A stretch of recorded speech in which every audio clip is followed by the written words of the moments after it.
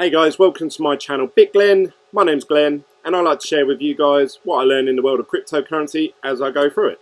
So today I wanted to talk about Tether because that's quite big news. It's been quite quiet on the cryptocurrency front the last week or so, especially now that I pretty much don't believe in any cryptocurrency other than Bitcoin. And today we have a big story coming out that Tether is collapsing. So we don't know obviously how far this rabbit hole is going to go.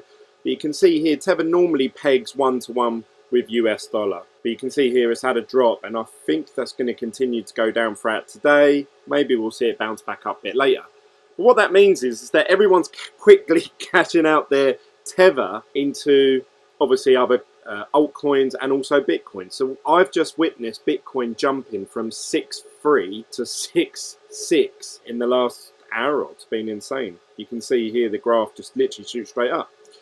But as well as that, because I don't really particularly care about Tether, I'd like to see Tether gone really. I think any cryptocurrency now that isn't 100% transparent 24/7 doesn't deserve to have the amount of money that they have invested in them as it stands now. So any cryptocurrency that doesn't fully disclose, fully share, fully show everyone where everything is and where it's going, how it's going to be spent, then they should just be gone anyway. That's my personal opinion, and I've had my reservations about Tether. I've never really used Tether. I used to try and dip in and out of Tether. So I've always used Coinbase Pro, or GDAX as I still like to call it, and they allow me to dip out from Bitcoin into British pounds. So you can see here the small amount of Bitcoin that I have held in this account. I can just convert it into pounds. It tells me how much it'll be after all the fees. Click place order, bam, done. It's instant. As well as that, they've also added the option now of British pounds pretty much to all the cryptocurrencies, which is awesome. Doesn't mean you have to just buy into Bitcoin, although I do recommend it. They've also added this 0x token on there as well. I don't particularly care much for that either. But I've never really had a use case for Tether, but as I was talking to Team BitGlenn, which if you want to get involved in the Team BitGlenn conversation, the link to Telegram group chat is down below. It's completely free. There's no shilling, no scams. It's just a group of people talking about cryptocurrency.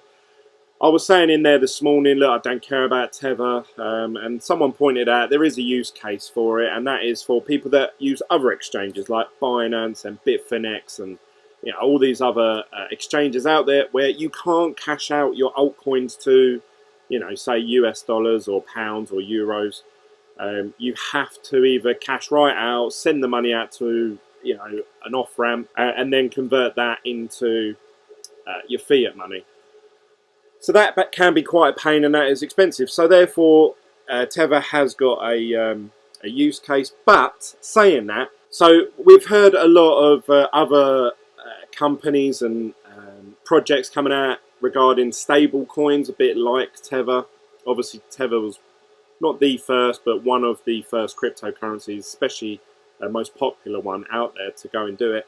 But we can see that the Winklevoss twins, they want to create a stable coin, and also it's going to be fully regulated, fully transparent, properly audited regularly, and it's going to be approved by the US government. So you would imagine there that there's not going to be too many shady things going on there, which I think is awesome. And I knew that when this happened, Tether would struggle a bit, because why would you trust someone that doesn't do those things as opposed to someone who does? So I always thought Tether was going to struggle in the future, but I didn't realise it was coming this soon. And as we can see today, it is really struggling.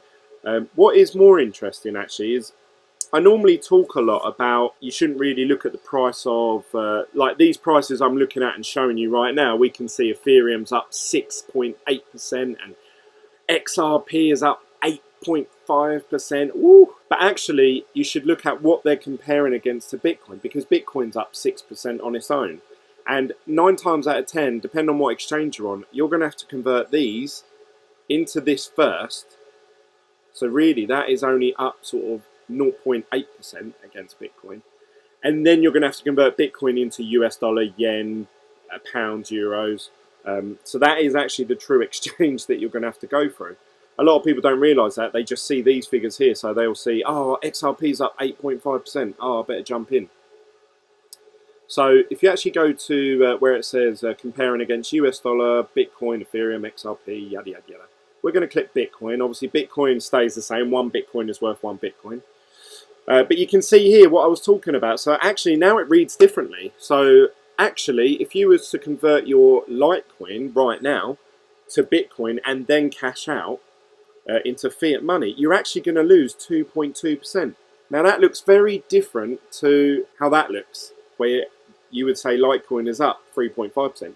You're actually going to lose some Litecoin against the Bitcoin exchange, and then obviously try and convert it into fiat money after. So just be careful of that. I know I've reiterated this so many times, and some of you might be saying, Glenn, we know this, it's old news. But I don't know, I looked at it today and I thought, God, everything's up 5-10%. And then when I clicked, obviously, the what they're worth against Bitcoin, I was like, oh, actually, they're all in the red. So just be wary of that. When Bitcoin does pump, the rest of the altcoins get left behind. Now, what I would imagine would happen is the altcoins obviously catch up, and then at some point it might creep past once Bitcoin's on the decline. So therefore, you might get a better exchange rate. But again, this just leads me to believe you're better off to hold Bitcoin. This is another perfect case scenario of why you should just hold Bitcoin. Bitcoin has been quite steady, especially compared to a lot of the stocks and shares recently. They've taken a massive hit over the last few days. And Bitcoin actually has held pretty well. So people are saying that Bitcoin is the stable coin. I'm not saying that's always going to be the case. Everyone's predicting, obviously, this wedge. It was about a week, 2 weeks ago that everyone said it was either going to shoot right up or shoot right down. We're still waiting for that to happen. This pump today I don't think is the start of a bull run, and I think people that don't check the news or don't look into things, they will look at this and think, oh, Bitcoin's up 6%. This is the start of the bull run, I better buy in. But actually it's probably going to dip back down to, you know, probably 6.3, 6.4 over the next coming days once all this Tether thing blows over. So we'll see what happens with that. Just be careful with your investments. Make sure you stay up to date. Make sure you do your own research. This is not any financial advice at all. But there's some thoughts I wanted to share with you guys today. Let me know if you like these sort of chats in the description down below. Please comment your thoughts on Tether. What do you think of Tether?